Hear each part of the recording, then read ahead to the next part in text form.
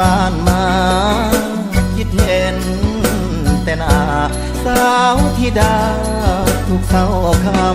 ำจริงบ่นอที่กล่าวว่าคิดถึงสาวอยู่นำพี่น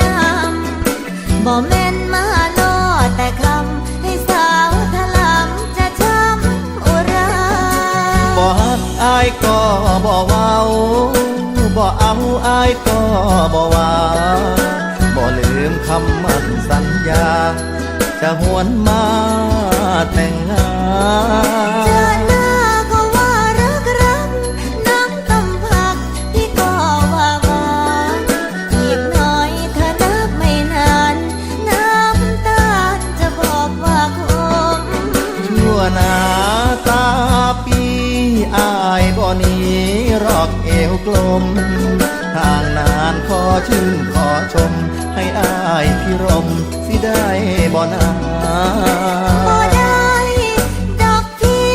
มันบ่ดีแม่น้องสิดาให้คอยถึงวันวิวาก่อนพุ่นหน้าคอยชื่นกะมนขอหอมแก้มสักนิดขอจุ่มทิพย์คงสิบ่มองมน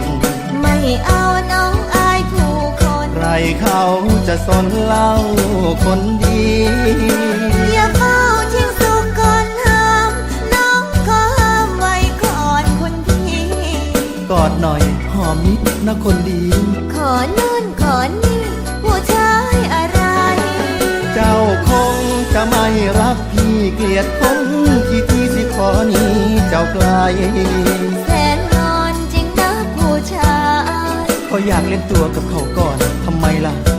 สัญญาได้ไหมจะหอมน้องเบาๆสัญญาได้ไหมจะหอมน้องเบา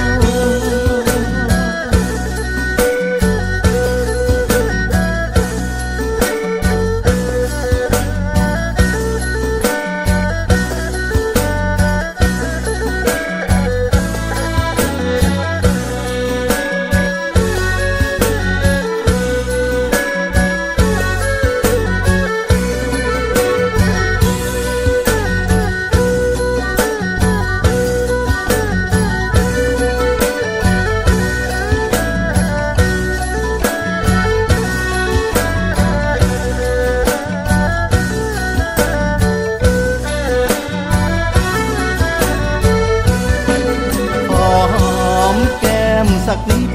ขอจุ่มทิพย์คงสิบ่มองมนไม่เอาน้องอายผู้คนใครเขาจะสนเล่าคนดี